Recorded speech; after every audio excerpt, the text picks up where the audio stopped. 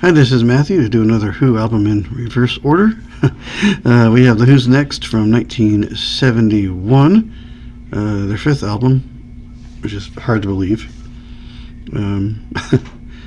Beatles didn't have that kind of deal. They had almost every 2 albums a year almost for a while. They had 14 total, and Who's only had like 12 in a matter of 40, 50 some years. So, yeah, I guess over 50.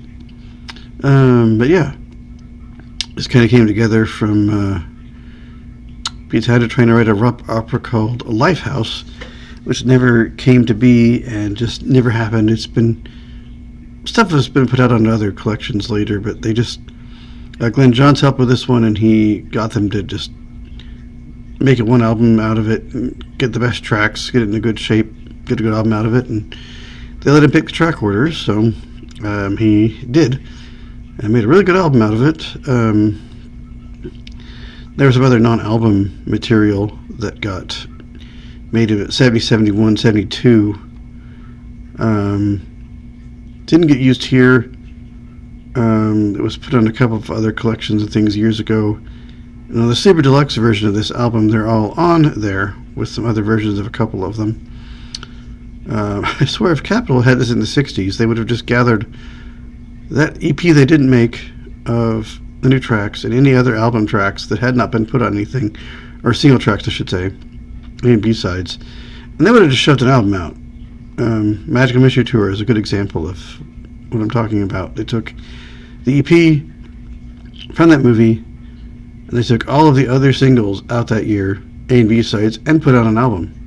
And it's now in the global catalog. That's the album that should have been put out everywhere. Capitol actually got it right that time in the Beatles case. But the Who didn't do that. Decca and Track Records, I guess it was called, did not do any of that. I'm surprised they didn't. But yeah, they put out other collection things later on, but not at the time. This came out, and I said I was going to use the regular version. I went ahead and decided, when I talked about it on Quadrophenia, I decided just to use the Super Deluxe, hear the album, go down, find all the other non-album singles and stuff, and listen to those, and check a little bit of the lives out. So I went all the way from Heard Disc 1, went all the way down the list of Apple Music tracks to Disc 7. Played most of that. There's a couple of the versions of other things I didn't play that I had already heard. And frankly, one of them wasn't as good, mix-wise. But there's a couple different mixes of a couple tracks, which I'm sure the Wikipedia article will show me in a second. I checked a couple of the album tracks that I liked a lot on the live sections, down to 8 through 10, basically. But yeah, that's what I did. Very 9-track album, about 50 minutes long. What it came out to. I think I have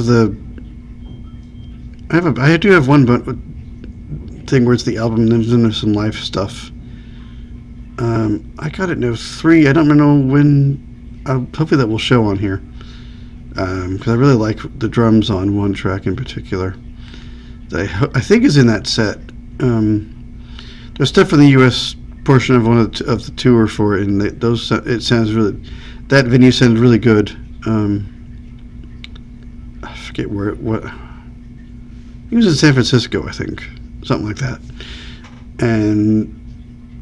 Gosh, I could pick up Keith Moon all the time, but his drums sound really good there, along with the rest of the band. But we'll get to that. I'll get to the track listing here. This is probably my favorite Who album ever, and I think it's a lot of people's assessment, but it's my favorite. First one I ever heard that wasn't a hits collection, so that's probably why it's in my head so much. Because everything's Townsend unless otherwise noted. I think it's only one time it's not him. We go to side 1. Baba O'Reilly, that wonderful track that I swear when I had my AirPods in and the Apple Music lossless stuff was in there, I swear I can hear the piano hammers hitting the strings on the piano when it comes in. I swear to God. I could be mistaken. But I swear that's what I've heard on that great track. Using CSI New York, I think. I think Miami used Won't Get Fooled Again, and CSI used Who Are You? I think that's how it went. Yeah, Roger Daltrey on the verses and Townsend on the bridge, of course, which I knew that anyway. Also mistakenly called Teenage Wasteland because of the chorus. It is Baba O'Reilly, not Teenage Wasteland. It's not even in parentheses. I know it usually is kind of referred to that as that, but it's Baba O'Reilly is the real title of this particular song, not Teenage Wasteland. So if you see that someone's labeled it wrong, and you should tell them, hey, it's called this. And then, of course, Bargain, which was also a hit. And there are hand claps here that I don't remember hearing. I guess maybe his drums usually bury it. I don't know, but there's hand claps on that song. I did not know they were there. I swear. Heard that song a million times. Didn't know there were hand claps in it. There are. Yeah, Roger Daltrey versus Pete Townshend is the bridge on this one again. Living for Keeping, which is a great song. Roger Daltrey on vocals there. My Wife, which is on Whistle song, and he sings it, I believe. Yeah, yep.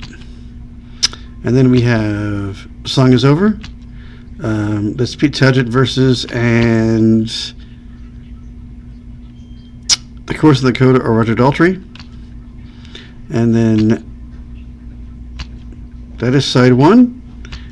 Side two, if you had a tape or a record of this particular album, which I heard on tape the first time as I think in middle school. I think I heard it, maybe high school, somewhere in there. I heard this album and loved it immediately. Then we have my favorite. I really like this next song, "Getting in Tune," which is Roger Daltrey. I really like that song. I don't know why. I just love that song so much. It gets in my head. I just really like it. Yeah, first thing I did when I got the remastered one was I played that. I think. When I heard the whole album, I played it. I had to play it again.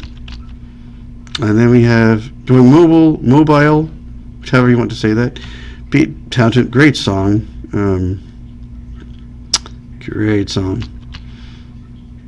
Behind Blue Eyes, that wonderful song is next. Where Keith Moon doesn't really kick in until like halfway through the song, but it's a good song. It's a good harmonies there. A couple live versions are on that super deluxe version from '71. Of course, electric instead of acoustic guitar at the beginning, and then Won't Get Fooled Again. That great track there, and that's what ends the album actually. But of course, it's like an 8-minute and 32-second song, so I guess there's a 3-minute single, which I've never heard, ever. And there are, interestingly, what sound like to me hand claps occasionally when a snare is hit. There's it sounds to me, it's like hand claps. And there are some, I remember in the middle of the song, but like just randomly in the verses, there's like these, what sound like hand claps, but I can't. The drums are so prominent that you can't hear them.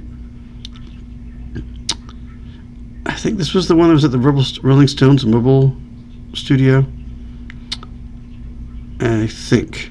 I just read that in the article about the album on this Wikipedia page, and I've forgotten now what it said.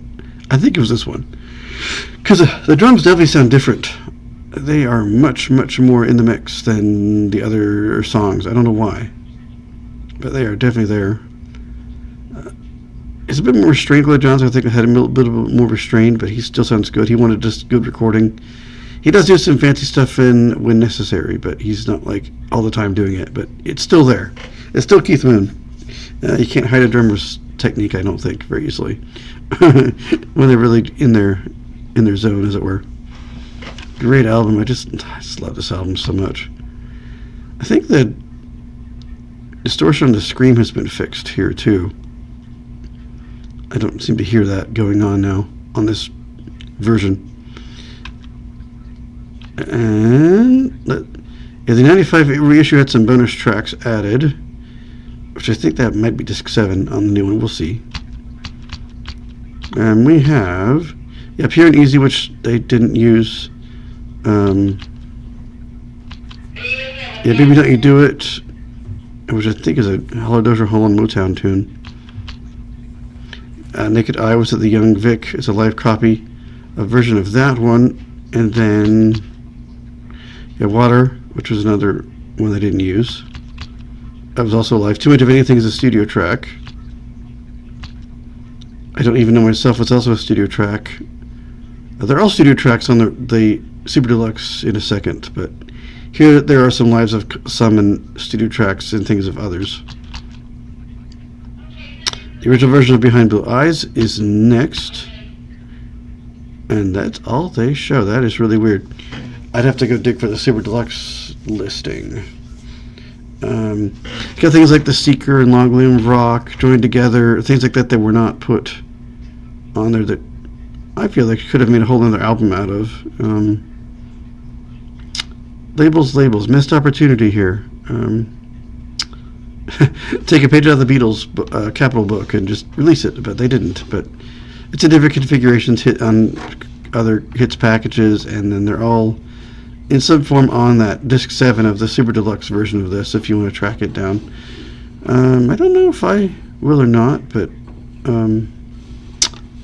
maybe someday. But they are on Apple Music and other streamers, so you can just hear all the tracks if you want to, and not have to go and find something and pay a bunch of money for it if you don't want to. They're all, they should all be, whoever has the Who, just look for it. When I see that album in the list of albums from the Who, it is next to just the regular version. Regular version's first if you're going backwards, and then it's right next to the Super Deluxe. If you're going the other way, then it would be the reverse of what I just said. Super Deluxe, then the regular version. But yeah, that's that one. And personnel, of course, we have the Who. Roger Daltrey, lead vocals. 1, 3, 5, 6, 8, and 9. I wish some of the other two albums I reviewed did not do this. Pete Townshend, electric vocal. Alba 3 acoustic guitar. 2, 3, 5, 7, 9 lead vocals. 1, 2, and 5. And 7. Backing vocals 3, 6, 8, 9 versus 3, 5, 7, and 9. And the Leslie organ and the synthesizers. Our synthesizer, he played all of that stuff in different configurations here. A lot of good synthesizer stuff on here, and that organ being fed through different things to sound weird, which was used on backing tracks for Baba O'Reilly and Won't Get Fooled Again live, which I think they still probably use to this day in some form. I don't know if they actually play those live now, but they were click tracked to live at the time. I don't know how they do it now. I will probably ever get to see the Who play, so tickets are too expensive and they don't come anywhere near here when they do tours, so I've never checked. Oh, and piano on track 1 too. Tom whistle, bass guitar, lead vocals on 4, backing vocals 6, 8, brass 4 on that one, and piano on track 4. Yeah. There's some good horn stuff again from Entwistle. He's a horn man, which is cool. He's moved drums and percussion on everything. So, additional people. Dave Arbus on violin on Baba O'Reilly. Yeah, that's the violin you hear is Dave Arbus doing a good job in that little section. Nicky Hobbins on tracks 5 and 6, so mobile and getting in tune, if I recall. That's Nicky Hopkins from the Rolling Stones on piano on this. Nice little trivia bit there. Cooper. Oh, there's an alternate version of Behind Blue Eyes that he does an organ for. I'll have to go find that. I'll have to go pull up, I think, that 95, or maybe that bonus track one. That'd be fun to hear that. Never heard organ on that song. I'll have to go dig for that one after I review this. I'm going to have to go hear that now. I was not aware that was a special thing. Leslie West, Maybe Don't You Do It, Love It for Keeping, and Electric Version. So those were not on the initial album, but they're on those that bonus disc 7. That kind of stuff is on there. Production people, the Who did production on that one. Clint Johns, they only give him associate production and recording and mixing. He was pretty involved, but they don't give him full credit there. I think that's a little sad, but it is their album, so. But I think it was pretty much really kind of kept him on track, and just make a single album, guys, and we'll get good stuff out of it, and he did. So Dick Sachs was mastering.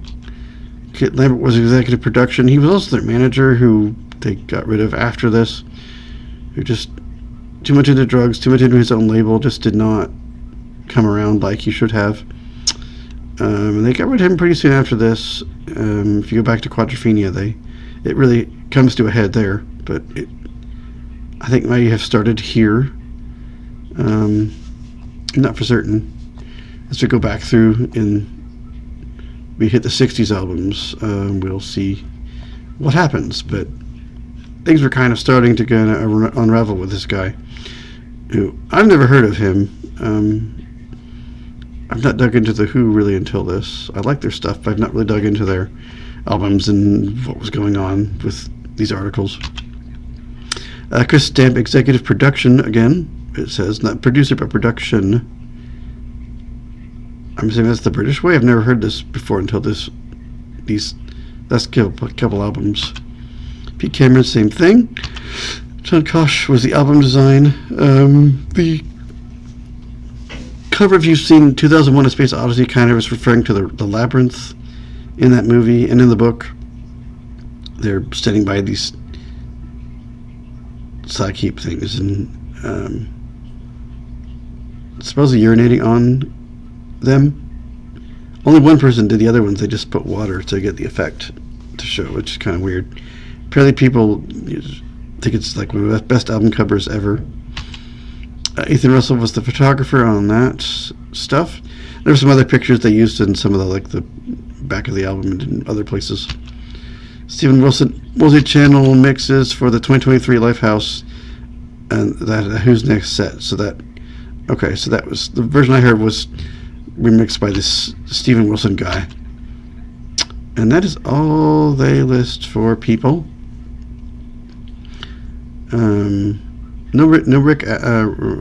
What is his name? That Astley guy is not seeming to be involved here. Not Rick Astley, not the singer, but the other Astley guy whose first name I have now forgotten, which is horrible because I've seen him listed other places, but he's not on this mastering on anything. I know there was like a Japanese thing that got remastered at one point, and there's been a few other, I think, versions of this. Like there was a vinyl in 2020 that they made into a double album somehow with some other tracks. Yeah, that's what I see that in a nutshell. I overviewed the Super Deluxe, so I do give all the tracks there. I don't really want to try to go find that again, but go refer to that video where I overviewed this album as the Super Deluxe. I've now heard some of that, but I was hoping they would just show that anyway on here, but I guess they've had it as a separate article still. So maybe this article would put either some reference to it or like link the other one, and it didn't do that. So I don't really want to go dig for it again and take the time to do that and have to pause and come back. But yeah, go refer to the other video that I made about that. But yeah, again, this is my favorite album by The Who. I really like it. It goes by very quickly. It doesn't really, I think the longest, of course, is Won't Get Fooled Again, but it just really it flows nicely. You don't even really realize it's been like 50 minutes until you, oh, hey, look at the time. Yeah, my favorite album. I might have to go find it on vinyl someday, maybe. I just had the CD version. I guess maybe it's that. I think I got mine in 03, but it had that other disc of some lives. I'm not sure what lives they are and where they're from. To know where they are, I'm assuming it's on the Super Deluxe, maybe. I'm not sure, because I don't remember where they were taken from and what order they were in. It was just, yeah, it was a 2-disc set. You had the album, and then you had this various live tracks on the other disc. I want to say to start with "Don't You Do It," but I'm not certain if that's right. That's the one that stuck out because those drums were just so big and sounded amazing, and they were loud, and I'm like, wow, those drums are really, really well recorded. Where is this? But yeah, that's the album. Who's Next? And that gets us out of the 70s. So we're really getting into their heyday of their success. Making one of the first rock operas, all the success from like the mod guys that hung around, that were early fans of them and all of that. Obviously, that's all declined here at this point in our search. We will start heading back to really their really, really successful period here. This is really I think the peak of that. Really. Yeah, most of the You're a Who song is probably from this album, if not some of the later material. They do play earlier stuff too, but this really gets played a lot, at least in my part of the country, at least. Most of the time you're going to hear something from this album. I think 9 times out of 10 it's probably going to be this album you're hearing a track from. On most classic rock stations, anyway. Oh yeah, that's that one. Next time we'll start hitting the 60s. The last 4 albums in the catalog. I guess they had another name, the High Faces. I may see if there's some kind of configuration of their songs and do some kind of an overview of them once we get there in 64. We're not there yet. Be interesting to see who was in the band then, because one of the places those non-album singles from here got put. There was a collection called Odds and Sods, and there was a version of that had some of those tracks from when they were not the Who yet on a couple of versions of that collection, which was about 3 or 4 or 5 of them, but various versions of some of those tracks get put on there, but not all of them. But if you want all of them in some form, hit that disc 7 on that Super Deluxe. You'll find all of the, like Water and all those other things. Joined Together is there. So The Seeker, Long Live Rock, Relay, and those other things that just were not on other things are all right there. Some of them, 2 or 3 songs have a couple versions of them on that particular disc. But yeah, that's all for now. I will see you guys in another video.